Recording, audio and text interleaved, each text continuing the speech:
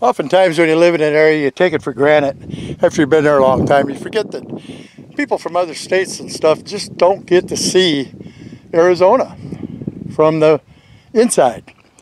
I started a little series on plants we have here, cactus and whatnot. And today's going to be part 2 of that. I'm going to show you this one right here. This is what we call the hedgehog cactus. It gets a really, really nice fluorescent purple flower on it in the spring. There's a barrel cactus. We've talked about him before. We've got staghorn cholla over here. And we've got jumping cholla over here. And this is actually a tree. This is a Palo Verde tree. The Palo Verde tree is very interesting in that it can actually do photosynthesis through its bark. Okay, that way it doesn't have to have leaves on it that the sun is able to suck water out of, and it retains this water underneath that bark where the sun can't get at it. They're very common in here. There's a little bit of fruit over there on that cholla. And this is an ocotillo, one of my favorite desert plants. It only gets leaves on it when it gets rain, and it has to have enough rain to get those leaves. Interesting plant, gets beautiful red flowers on it, and the Indians used to use them for fences,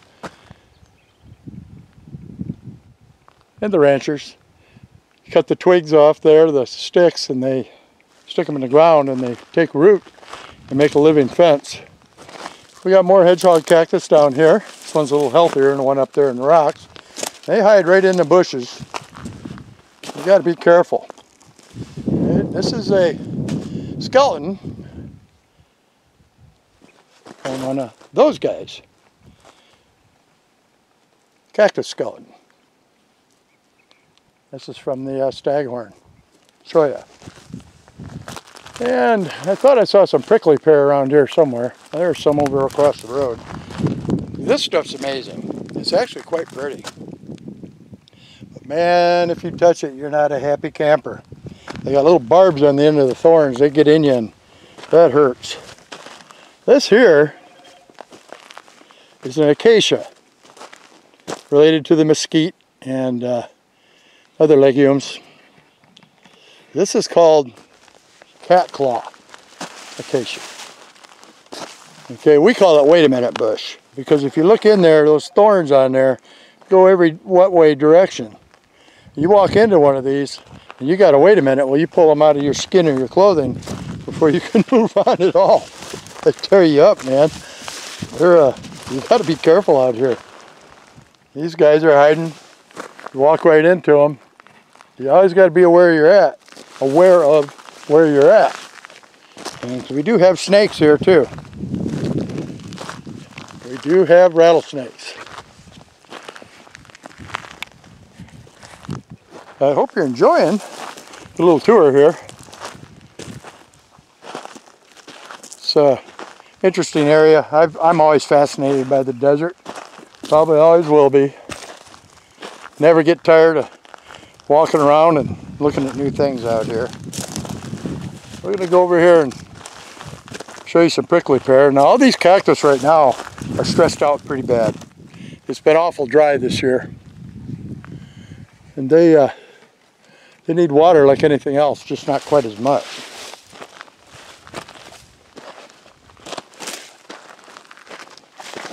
There's one of our local prickly pear.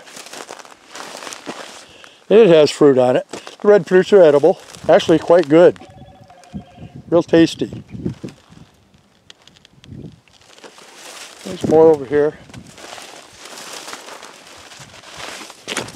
Another ocotillo. The stuff's pretty thick in here. Feller has to pay attention. And there's our state tree, the saguaro. State cactus.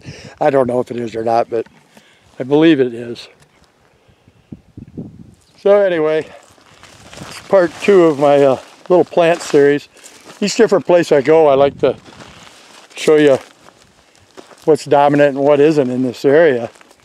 And it's really an eye-opener how much it changes from one area to the next, just a few miles. The soil changes and the mineralization is different, and different varieties of plants tend to do best under those conditions. That's what you see the most of. Alrighty. And this is brittle bush. We've got crown beard in here. In the spring, those are some mighty fine looking flowers.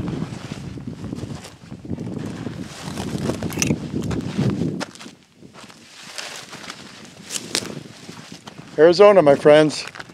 Like I always say, put it on your bucket list. You won't regret it. Nugget shooter out.